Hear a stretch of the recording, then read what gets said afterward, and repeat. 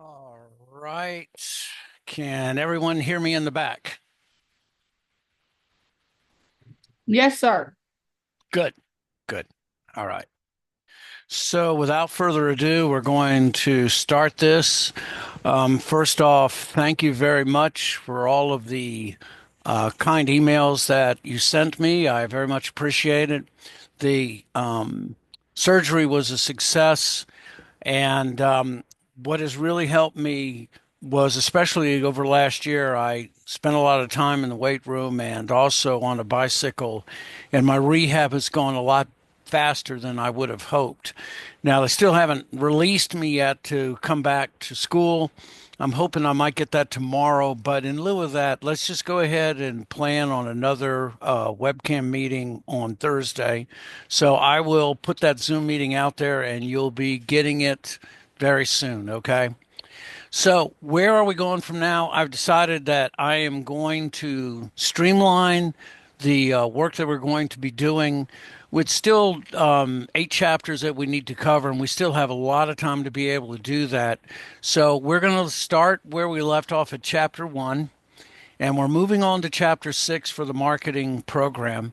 Now, I plan on tonight or today covering or starting with the 4 Ps, seeing how far we get with product and perhaps even moving into price. In the next couple of days, we'll move to promotion in place and then we'll prepare ourselves for the test, hopefully, which we'll be doing in class. So, in the meantime, if any of you have any situations or issues that you need for me to help you take care of, please let me know.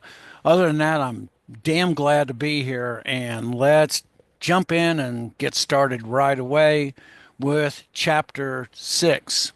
Now, what I'm also going to be doing is I will be using some other slides as well to help us through the discussion on on on the excuse me, I'm sorry, going blank on the marketing program. So we're going to see multiple pieces of information. And if you need for me to slow down, just please let me know.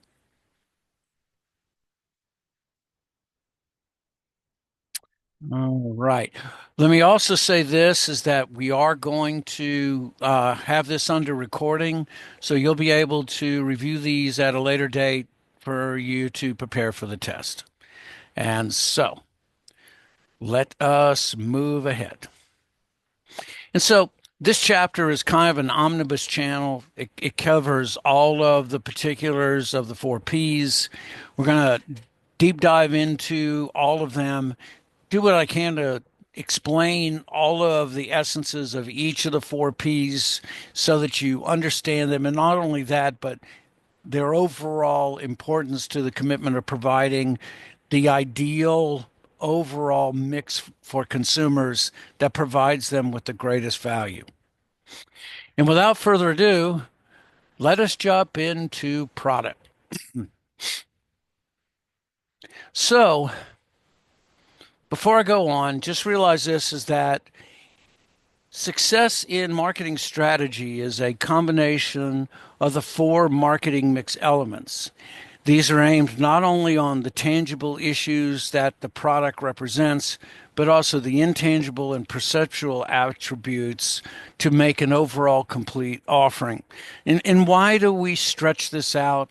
Well, in the latter part of the 20th and the early 21st century, we have been dealing with the dangers of commoditization. And commoditization is the difficulty in which the consumer believes and accepts that all products are fundamentally the same. When a consumer decides that a product is the same, the other 2 items, as we talked about before, there's really only one way that the consumer will make a choice, and that's price. And so, what it is important for us is to be able to create some unique identities. And when we do that, we, in essence, are able to define it in a way that it creates a unique position. And so, what we try to do is go beyond just, in essence, the core product's abilities. So, the core product, the essence of what the core product is what is its most basic functions. And so one of the things that Theodore Levitt always talked about is that a consumer, when they're going in to wish for a quarter-inch drill, actually what they're looking for is a quarter-inch hole. But what we hope to do is expand beyond just simply that and talk about its other symbolic elements that make that particular product so unique. And so I lean once again on steel tools. And steel tools is one of those specialty hardcore products that is built for particular industrial uses that is charges itself 40% more than other items in the very same category, quite simply because especially the real professionals in the industries look at them as just beyond merely the individual components, but the overall, and the big one, especially with steel tools, is service. So I think I've said this before, is when you buy a chainsaw, do you know which end to point? Steel Tools is done by a series of independent dealerships. Those independent dealerships do not allow you, or let's just say, will question you on the way out to make sure that you understand the purposes and uses of a chainsaw, know which end to grab safely, where to be able to put the gasoline and the oil in. Those are the service implements of a steel tool that make it significantly different from Husqvarna and all the others in there. And if you enhance those particular things, in essence, what you've got is you have something in a symbolic way that is much greater than the physical parts. And so this is one of the purposes for creating these market offerings, is to avoid the commoditization trap. We don't want our consumers to consider that our products are no better or no worse than anyone else's. And so let's start with product. Product strategy is beyond more than the core individual product itself. Product strategy is the most critical strategic decision in the marketing plan. While it cannot stand by itself, of course, the product is a representation of all of the core benefits that the corporation is putting together, hopefully to provide a unique offering to the consumer. It's more than just simply that. It is the design, it is the development, it is the branding, and it is the positioning decisions. How do we make that particular product different and special? All of those go into coming up and identifying this item as unique.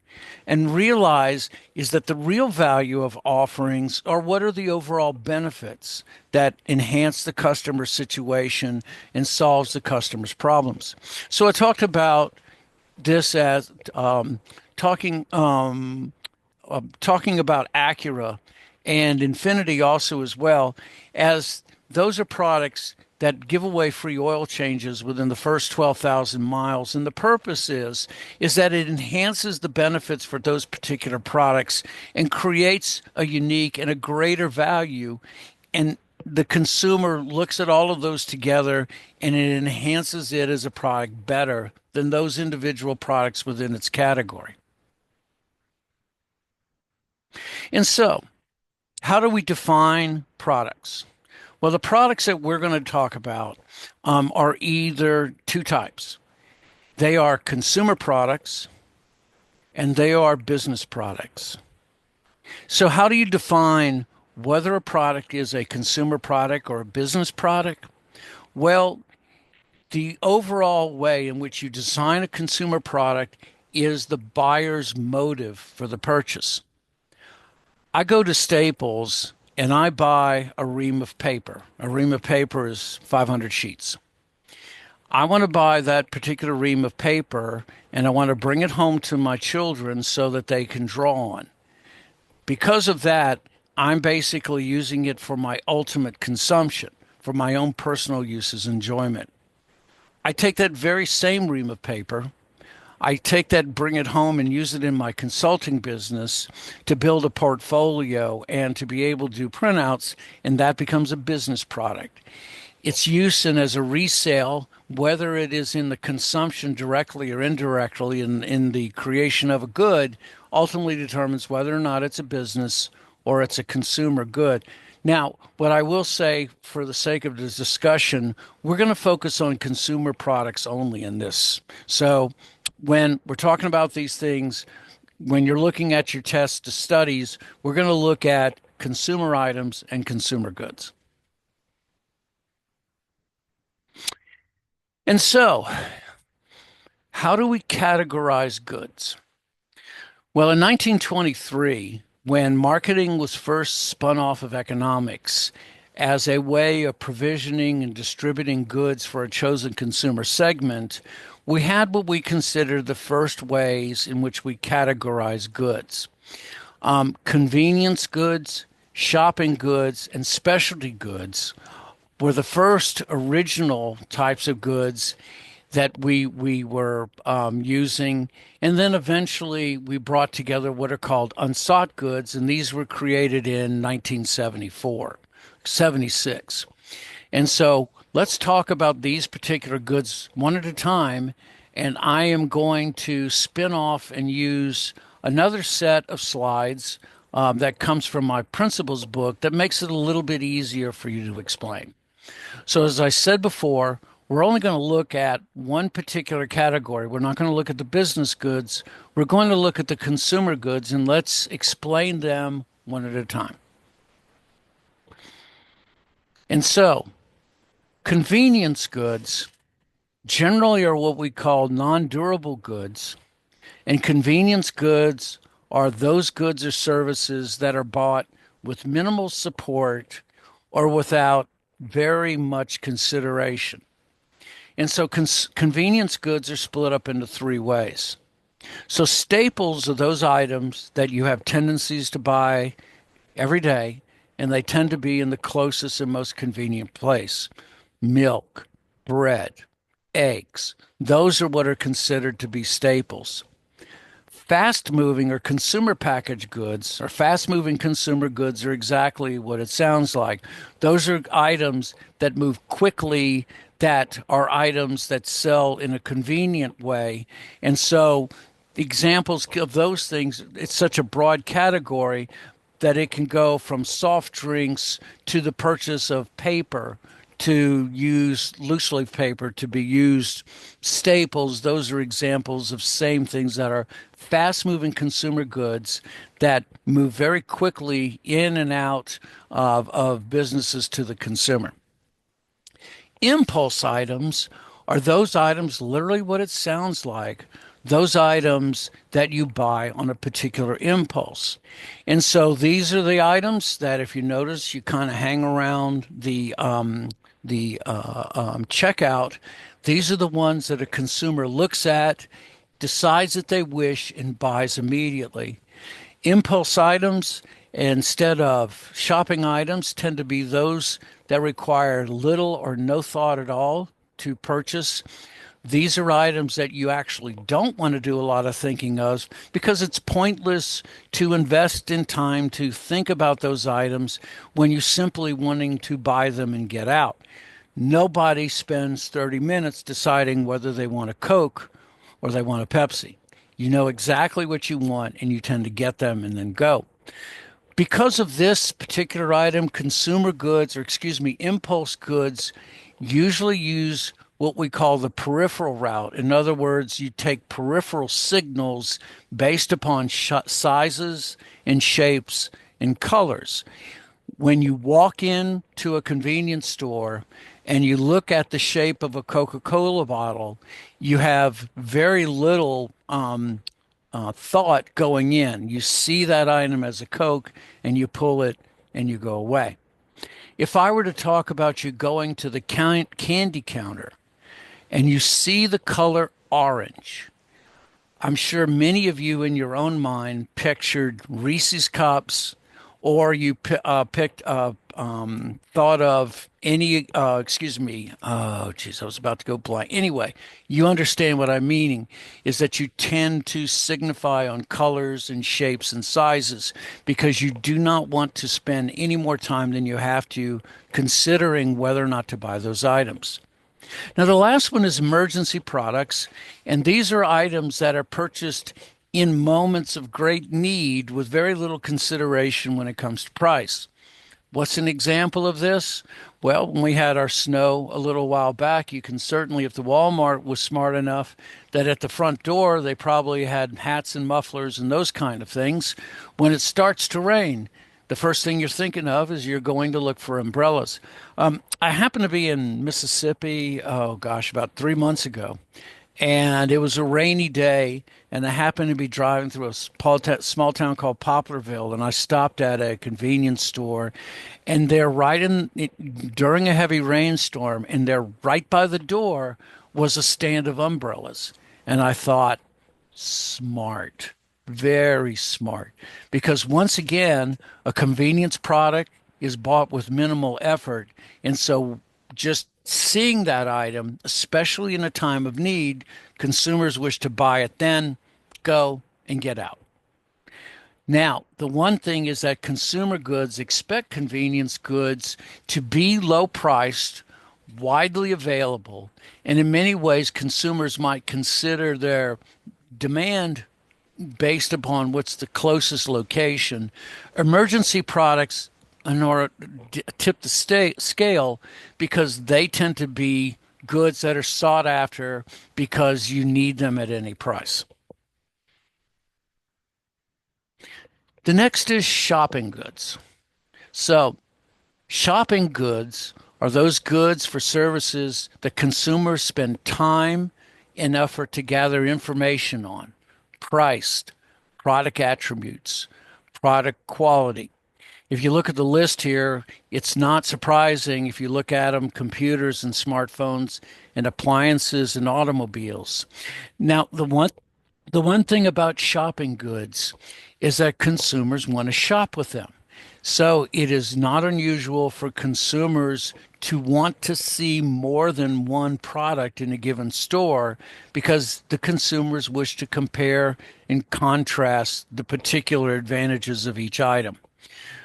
Even if you're online, even if you purchase them online, you those items encourage the consumer to look back and forth between them. As a matter of fact, if you were to go into good stores with shopping products in which you only had one of a particular variety, there would be great difficulty for you to just simply purchase those single brands. Now, there are companies like Aldi where that's true, where everything comes from Aldi, but they exist on their own blue market strategy. They tend to be separate from everything else. But if I'm going to go into the electronics department at Walmart, I would like to see more than five brands of high definition televisions for me to be able to make a rational consumer's choice. It is not what's the word I want to say? It isn't a coincidence that when you go shopping for automobiles, that if you do that in a regular city, that the automobile dealerships tend to cluster together. Now, there's a couple of other reasons why. I mean, especially for the fact of real estate not being cheap and they need to be in locations where it costs the least. But by the very same token, no matter where they are, you will notice very rarely we will find one automobile dealership without seeing another very much near it. As a matter of fact, you might see three or four automobile dealerships, maybe under a single franchise brand. Consumers wish to shop. They want to compare alternatives before they buy. And where there are three corporations together, they are more likely to generate more sales by being closer together than to be further apart. And so shopping products encourage shopping. Specialty goods are those items that have such unique characteristics, you could also say luxury goods as well, that consumers will consume them or buy them at almost any price. They generally require extended problem solving. It takes a lot of effort to choose, and in many times it's not difficult to understand that when a consumer makes a choice on those items, they're looking at multiple decision-making evaluations to come up with an idea. They tend to be complex situations. Great examples of this can be if you're looking at specialty products, certainly you could look at housing. Many different things go into the overall calculation as to what you consider to be a desirable house. Um, for those of you who haven't shopped for a house yet, you're going to find that not only is the house important, but where that particular house is. Anybody want to guess one of the things that you're looking for in a house when you're looking for where the house should be located? Anybody want to guess? The answer is school district. If you have children, one of the number one questions you're going to ask is, where do my children go to school? And this is an example of a complex decision that requires a lot of complex answers. You have to make a lot of effort to make that particular product stand out. And this is also why luxury items tend to do well in this particular category because consumers will seek them out. Consumers tend to be very loyal on the brands that they've purchased, especially if they're satisfied with them, and will refuse to switch, foregoing all others, even when the valuation is having that particular good is more desirable than having another one. And so these are the three categories of goods that started in 1923 from economics: convenience goods, shopping goods, specialty or luxury goods. And then the last one in the 70s that was added was unsought goods. And so an unsought good is a good or product for which the consumer has very little awareness of interest, but yet is required or even needed. And so the examples that they give are insurance plans, cars for tires, things like that. Cemeteries would be an example. Headstones would be another. Um, so my mother in 2004, she went through Katrina in New Orleans, and of course, she had lost everything.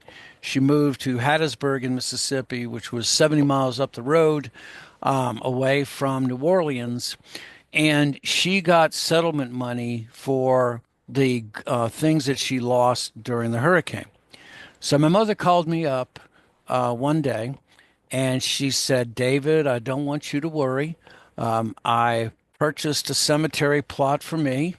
And so I want you to know that there's somewhere to go when the time comes for me.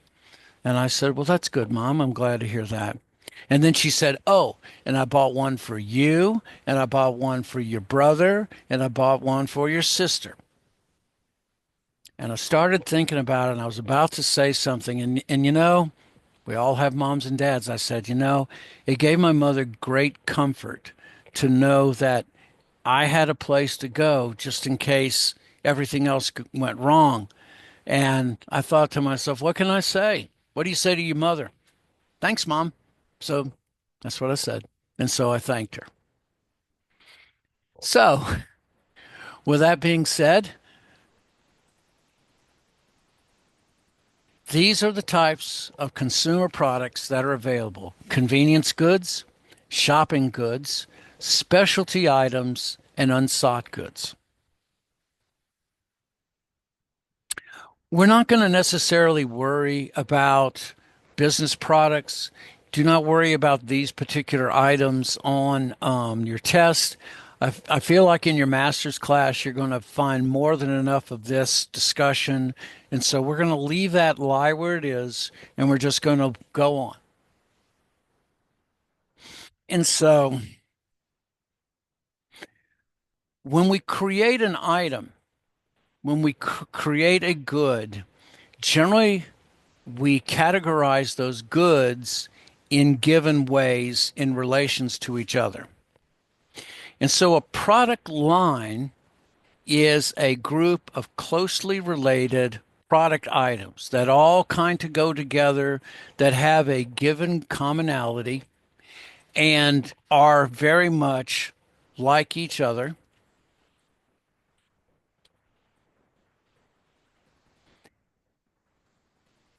Excuse me, I'm sorry.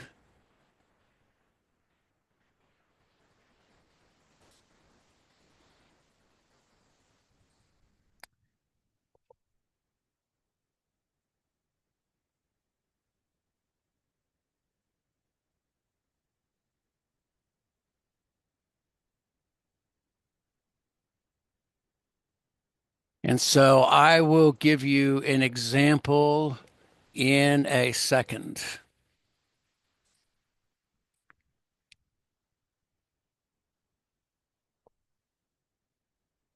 So, a product line is those particular items are very closely related together. So, an example would be laundry detergent. Laundry detergents, an example from Procter and Gamble, is those closely associated items that have a similar purpose, yet each particular group has their own unique product category.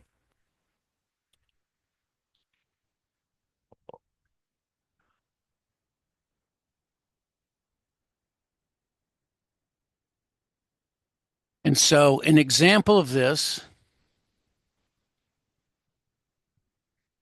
is if we consider looking at, excuse me, I'm sorry, looking at the items that are sold in Procter and Gamble in the laundry detergent items, you have Cheer, you have Gain, and you have many, many more than that. You have Pods, you have Liquid, you have Home, you have Tide. All of those are examples that are done by Procter and Gamble, and each one of those has its own unique group. Now, a product mix are the total number of goods that are sold by the firm. And so along with the laundry detergents that Procter and Gamble sells, they also sell other household items as well. Dishwashing liquids. The interesting thing about dishwashing liquids and laundry detergents as well is that Procter and Gamble kind of changed fundamentally the way we buy laundry detergents. So in the 60s, laundry detergents tend to be powder. Um, Laundry detergents also had what in were called phosphates. And what phosphates are was basically warming, or let's just say phosphorus, that was inside the laundry detergent that warmed the water up, because warming water basically is one of the ways to separate dirt from clothes. Well, sometime around that line, they decided that putting phosphorus in the water table was not a very good idea. And so they tried to fundamentally change that. And the other thing that they did was they introduced liquid detergents at the same time. Now, one of those things about marketing at the time was is that liquid detergents were focused only on dishwashing. Procter and Gamble was launching at that time another new product known as Gain. Now, one of the things about Gain was is they wanted to make it accessible, or let's just say make it more unique. And so Gain was set up as a liquid laundry detergent, something that consumers were not used to. So how were they able to do it? The way that they were able to do it was in 1978, they they marketed with newspapers in the United States, which at that time had subscriber base of, I believe, 165 million, and they put on doors on just about 65 million families in the United States, put a little two-use vial of Gain. And so consumers literally overnight accepted Gain or liquid detergent as being acceptable. And this is where we are now, where laundry detergents are now considered liquid, which is great.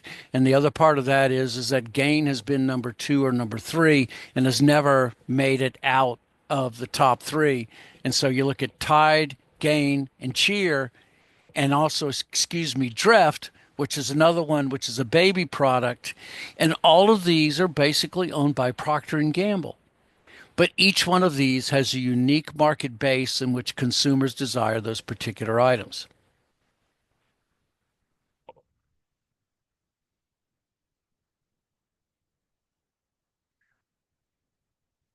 The width of the product mix, the total numbers of the product line, all of those are decisions that corporations have to make to decide how do we overall cover the complete umbrella of what consumers wish. Procter and Gamble has 11 laundry detergents that they sell. 11. And you would think 3 or 4 would be enough, but Procter and Gamble believes that they're more. You want to be able to satisfy consumers' desires and be able to have an assortment or a depth of those items so that consumers have a are satisfied with those items that they purchase.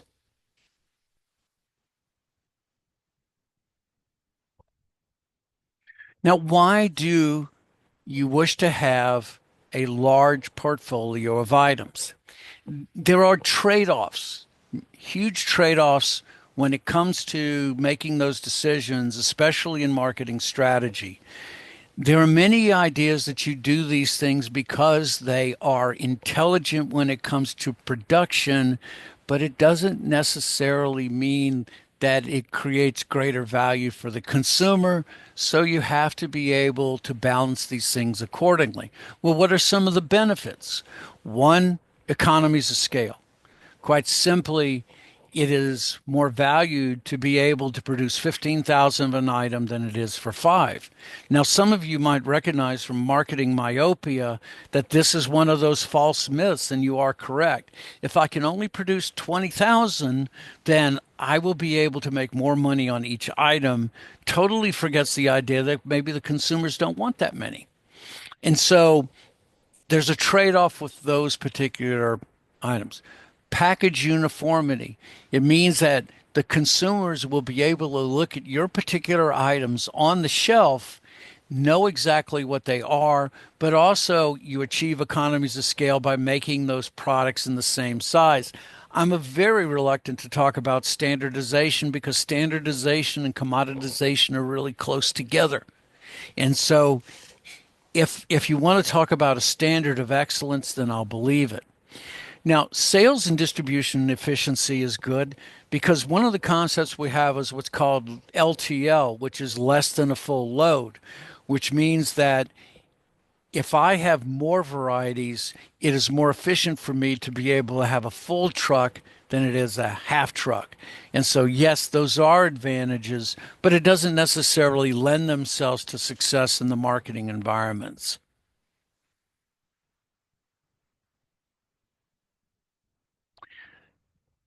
So, what about services? What is a service and what makes it unique? So, one of the things about services to understand is there are multiple characteristics about services that make them not only special, but special to the individual who produces those for the consumer. So, what's the first thing about a service? Is it's intangible. It is very difficult for consumers to evaluate the quality of an item, especially before consumption, and yet its intangibility is one of its greatest assets as well. Um, how do I tell you the value of a haircut? It's very difficult for me, other than through my personal interaction with a hairstylist. And yet, what the firm is hoping to do when I go into a particular place like a a haircut place that I've never been into is consumers are basically forced to sell on a promise. You are hoping to be able to achieve a satisfaction even though there's no standardized measurement. Service prices tend to be very difficult to set, but they are also where you have superior service are ones that can be purchased at any price. So, intangibility also means that a consumer cannot take possession of the service, but it also means that production and consumption happen at the same time. The consumer is generally present during the service delivery. The consumers can affect the outcomes as well by closely interacting with the producer to provide them with an item that they are satisfied with. The service provider must interact with the customer to deliver the superior service. And so it also means that there needs to be a personal interaction to provide that. It's difficult to distribute, and you cannot store it and inventory it for later use. And so here's one of the more difficult things about service. As I said before, it can't be inventoried. The unused service capacity is lost forever. It's very time and place sensitive. You cannot, in essence, put one away and get it for when you need it. It means also this is that when service is being provided to one individual, it is very difficult for that service to be provided to another. It tends to be one at a time. And so it is used, it is not inventoried, and then it is done. Now, heterogeneity means that each service output is unique. It means that it is very difficult to deliver a service consistently the same. It means that services by their nature are customized, but it is that customized that also brings greatest value. Anybody here only have one person cut their hair? I think everybody has one. And why? It is that heterogeneity that is its specialty. The fact is that each individual hairstylist has a way of cutting hair that is different and separate. And it means us as consumers, we tend to do a walkthrough going from one person to the next who provides that service to find the ones that we believe create the greatest value, and those are the ones we want to stick with. And because of that, last is service is very much based on client-based relationships. They live or die by maintaining a satisfied clientele. Services, probably more than products, definitely need repeat business. It is crucial for them to be able to survive. And what it means also finally is that services are not commodities in themselves. They require a great interaction in order to achieve some form of success. And so services, their weaknesses, of course, are you lose standardization, but the advantages are, especially if they're superior, they cannot be replicated and they cannot be repeated. And these are the things that avoid the commodity trap. That is why, once again, you couple oil changes along with your vehicle, and your vehicle becomes more valuable.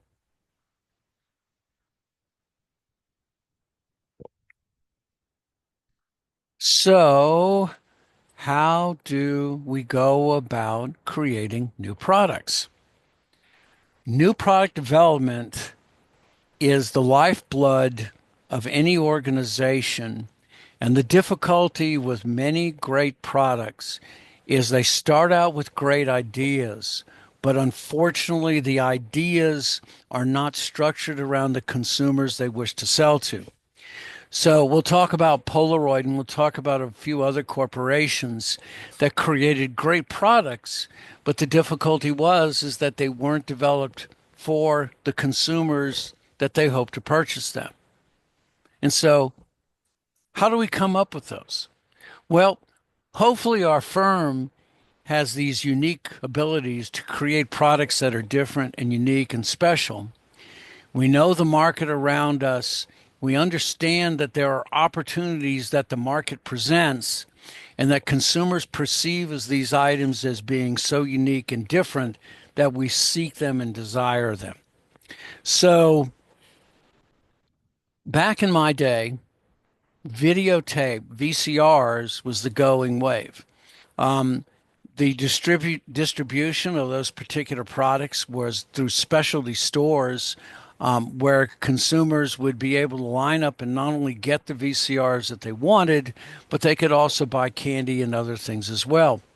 When we came to DVRs or DVDs, excuse me, the products changed slightly, but they also had one other advantage that those items, those products could be stored in a different and a separate way than videotapes. And that also brought up a new opportunity, and that is that they could be distributed instead of just in these specialty stores, that they could literally be distributed anywhere else that you wish them to be. And before you knew it, there was this little company that was built out of a red box called Red Box and decided perhaps maybe these things could be distributed in a commodity versus as a specialty, and the rest that we say is history.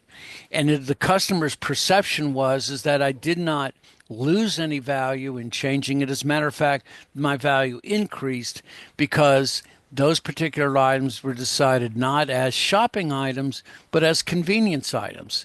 And so the closer the location was, the more valuable it was to consumers. And so, what are those goods? So, the first item is what's called a discontinuous innovation.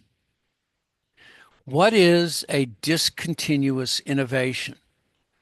So, a discontinuous innovation is an item that has never been perceived on the market, and it is a project or a product that makes a major change to our life. Discontinuous innovations tend to be easier. They tend to change literally the way that we live our lives and usually live our lives to the better. Next week, we're going to be talking about the process of innovation, and that is the article in which I wish you to read, and we will talk about how they go about doing that. But I want you to understand, innovations have nothing to do with invention. Innovations tend to be sociological in their benefits. They change leadership. They change people. And fundamentally, those items change our lives, and nothing is ever the same. I can think in my own life, maybe 4 items that have become innovations or discontinuous innovations. I can think of computers. I could think of the internet as examples. I could also go far as to say Wi-Fi is another significant one, and I would also put the smartphone in there as well. Those are items that fundamentally change the way we live our lives. One of the also things about new to world products means is that it requires a substantial education to understand their benefits and how do we go about using them. And so discontinuous innovations are those items that fundamentally change our lives, that become significant before and afters. Oh, excuse me, microwave technology. That's another one. Those are innovations that in essence change the way the world lives. The next is new product lines. These are different ways that we make items that change not necessarily the product itself, but the way in which the product delivers the goods. So, to give an example of a product line or a new line which was fundamentally good, but the use of it was flawed, let me bring you here and let's talk about this item, the Polaroid XS70. In 1974, 75, Polaroid invested money in what was called the SX70 camera. So this is the SX70. My dad had one of these. They wanted to develop a product. Now, think about how record breaking this is. In the 60s, we had what were called Instamatic cameras. So the traditional cameras basically had a roll of film. You would take pictures. You had maybe a total of 12 shots or even 24. After you used up all of those pictures, you would take the film to a processor, and the processor would, in 3 or 4 days, develop the film, and then you would get the pictures back. There was a corporation called Photomat that increased the advantages by you bringing the film, and they would give you your pictures in 24 hours. Well, Polaroid in the 60s created what was called the Instamatic. The Instamatic was you would take a picture, you would pull the film out, you would take the film, which was very, very light sensitive, and you would allow it to develop. You had to use lacquer to be able to put over it as a film so that that particular film, you know, would survive. The SX70 camera was a fundamental change in that, but it was not fundamental to the concept of what was considered pictures at an instant. So the way that it worked is this right here on the bottom here, this is where the film existed, all along the bottom. If you notice the camera folded flat, very well manufactured, by the way. The top of it was a viewfinder. On the red button is the shutter. On the right side, that is a light sensor and adjuster so that the lens would automatically focus. You would take pictures. The picture would come out the front, and then once you held that picture for a minute, it developed and you had film. Great idea. Here's the problem.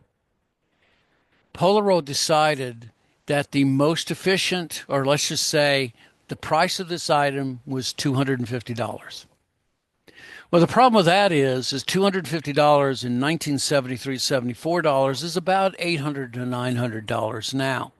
And while that was a reasonable price for such an innovation, it could not have been expected that they were going to make 250,000 in sales in the first year like they expected. Quite simply, that was impossible. So they went ahead and produced this item. My dad bought one, as I said, but the unfortunate thing is quite simply is they couldn't sell because they were too expensive. And so what happened was Polaroid decided, well, we've got to do something different. We've got to be able to make a product that is reasonably priced so that consumers will want this particular item. So what did they do? Well, what they did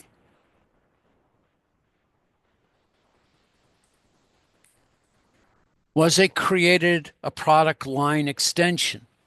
So a product line extension is an existing product that has added benefits or less benefits and trade-offs in costs, plus or minus, so that you have, in essence, what's called a line stretch.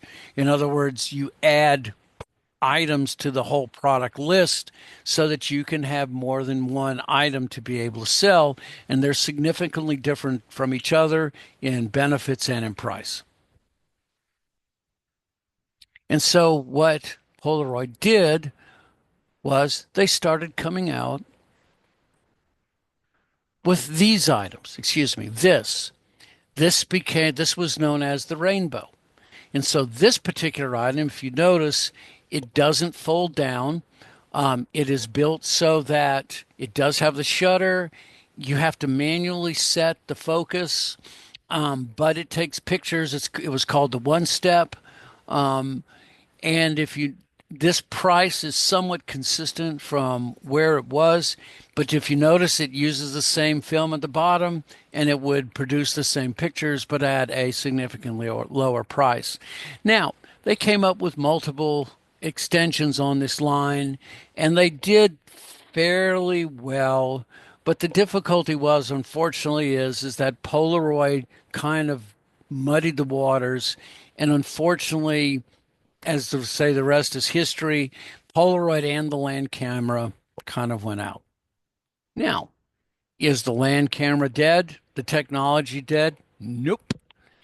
Because along in the 2000s, Fuji came along And Fuji started selling this Instamac Mini 12 that has very much the very same technology that Polaroid had. Now, it does the very same thing. It pops a picture out of the top, but it isn't a normal size 3 by 5. It's actually a business card size. My daughter has one of those. You kind of put them together and create party things. So, like if you ever see these are bundled with like frames and those kind of things, bundled with the film, so you can take pictures where you are on the fly, hand them to your friends, and it has a little bit of value and it's interesting.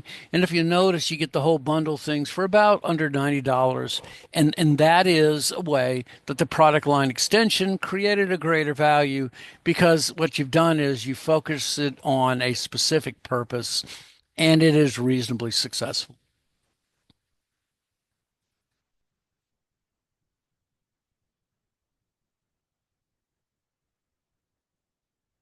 Now, moving from that, what you find are, especially in maturing product lines, you will find improvements or revisions of existing products. And the example of these, of course, on your cell phones are the greater and lesser changing of lenses so that you have greater magnification, those particular items.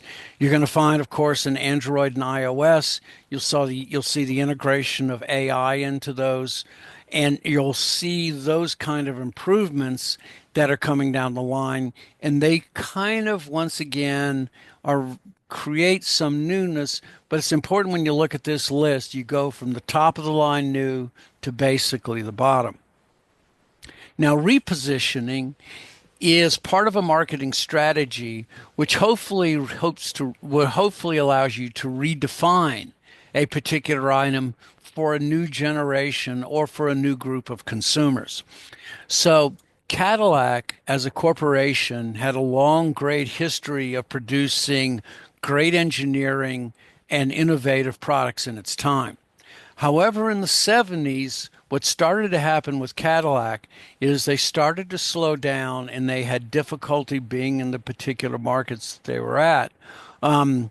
Back in the days of General Motors, when they had what was known as the Big Four, General Motors had a series of automobile divisions that would move you from one step to the next.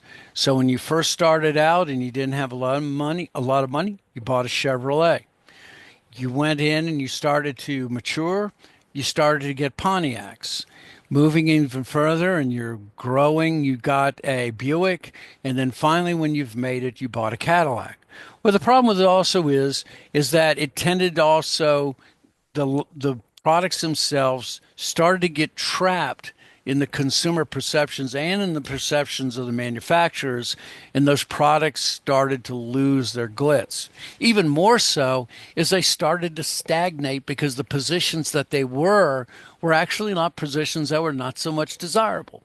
So I'll give you an example.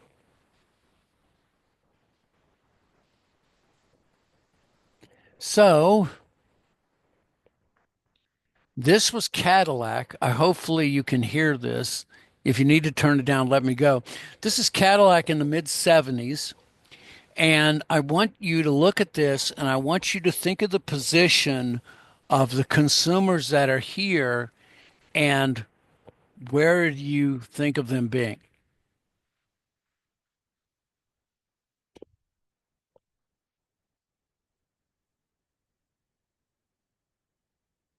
Kind of isn't my best game, but this I do know something about. Getting around the country in comfort and style. For me, that has to be a Cadillac. You know, I really like what they've done for this Eldorado for 1974. The new instrument panel, for one thing. I like the way it looks and the way it organizes things. But for me, the real pleasure in this car is in the driving. The engine advancements give you finer performance from start to stop. I like the traction and stability of front-wheel drive. I don't know how they do it year after year, but for me, Cadillac is America's #1 luxury car. If you agree with me that second best isn't good enough, why not go see your authorized Cadillac dealer? Life is too short to put it off for long. Now, You can just think of that position in your own mind. White bread, country club. When you're thinking of luxury items and this particular luxury, we're talking old luxury. All right. So if I was a young person who's just coming out and I was making it big, that's probably the last thing I would want to be.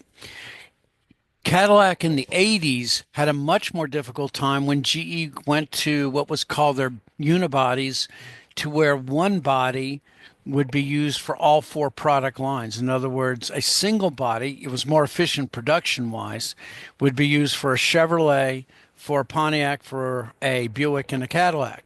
Well, the problem with that is you couldn't lie. You could look at it and see this isn't a Cadillac. This is a Pontiac with extra bells and whistles on it, and it suffered mightily. Well, in the 2000s, Pontiac said, or excuse me, Cadillac said, we've got to do something different. We're going to reintroduce the line again and put our cars in a different place. So they structured around a new car that was known as the CTS at the time, and they launched this particular Super Bowl commercial. And I want you to look at the symbolism in this repositioning from where it was before and where it is now.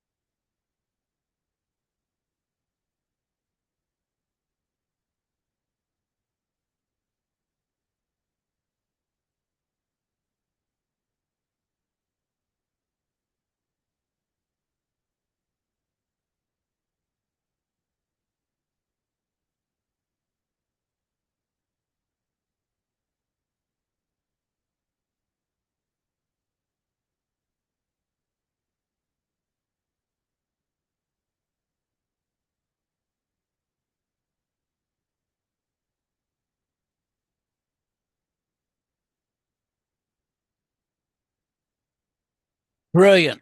I mean, as a marketing person, I'm two thumbs up. If you notice at the beginning of that, it starts out in the 19th century, early 1900s kind of definition of what luxury is. And you see this redefinition of luxury through the ages. And not only that, but luxury is also about engineering, a superior vehicle. And Cadillac pulled this off. They did a great job with it. 2019, we saw, in essence, the end of that. And we basically see now in the modern world where Cadillac is now. So kudos to Cadillac. Great marketing work. Changed, our perceptions and brought nothing but success.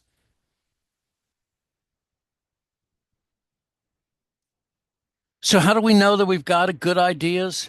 Well, good ideas, like anything, requires a process. There's basically a five-step process that we go through when we are trying to come up with new ideas. The first is idea generation. And this is where we basically come up with new ideas, unique ones and special ones. In the new idea generation phrase, there's no such thing as a bad idea. You put out any possible idea you have because you don't filter yourself at the very beginning. And hopefully what you find is that you find along the way you will come up with an idea that might be unique, might be special, but ultimately it brings about a change and brings success. The next is this is the point where you start screening those particular ideas and deciding whether those ideas are good or not. The difficulty, of course, is we all fall in love with our own projects. We think our idea is going to be the next great one.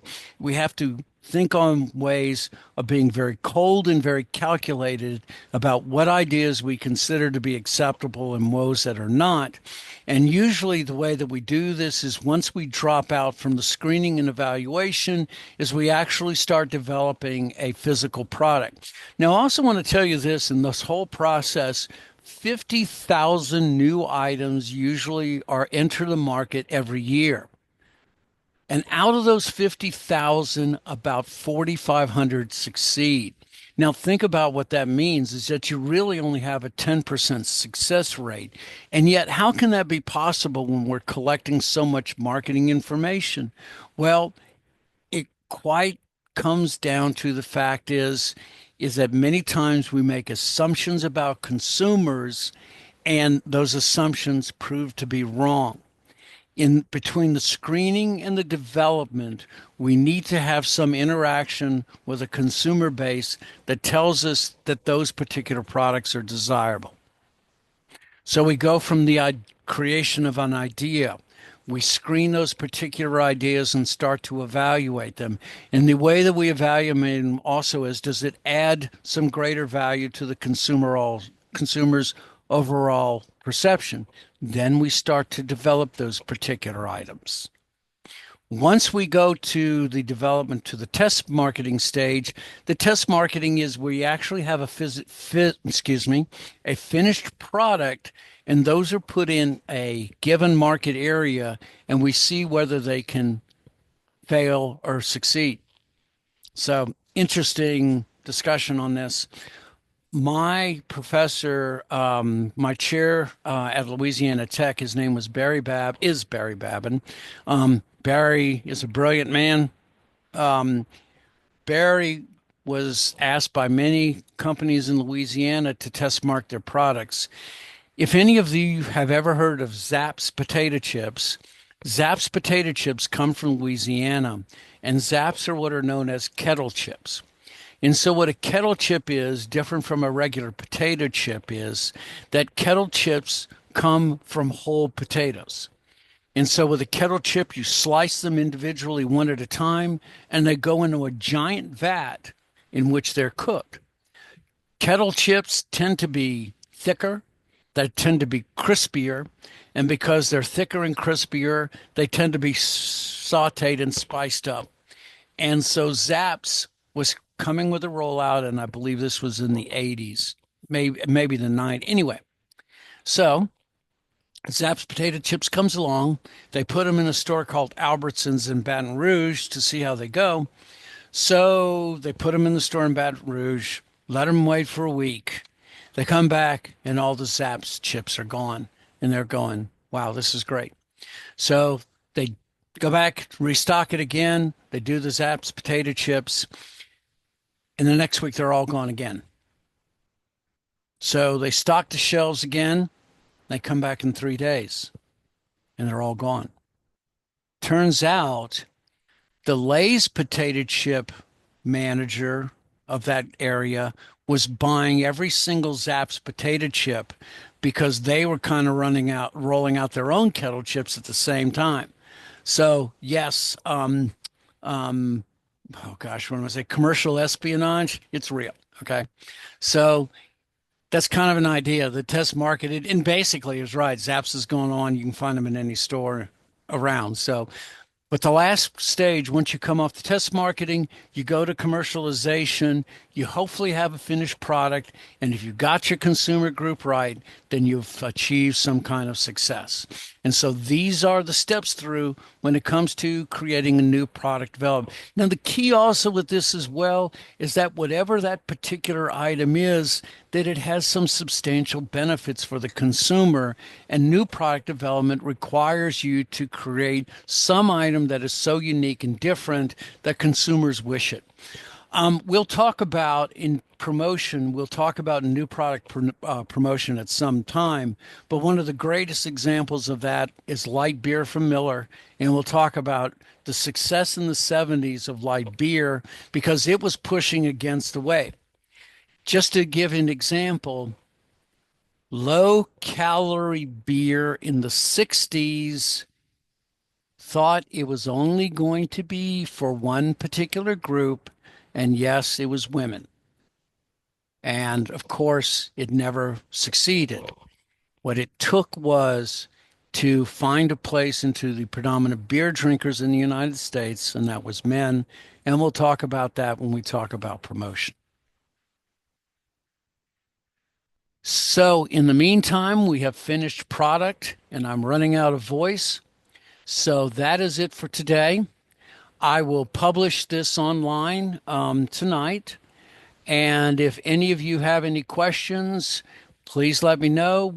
Thursday, we will be talking about pricing strategies. Until then, thank you for putting up with me and your patience while I've worked through this. And once again, thank you for all of your kind words. And I hope you all have a great day, and I'll see you Thursday, okay? Thank you. Thank you. Have a good night, Thank you. folks. Thank you. Take care. It's a beautiful Bye. day. Go have some fun. Bye bye.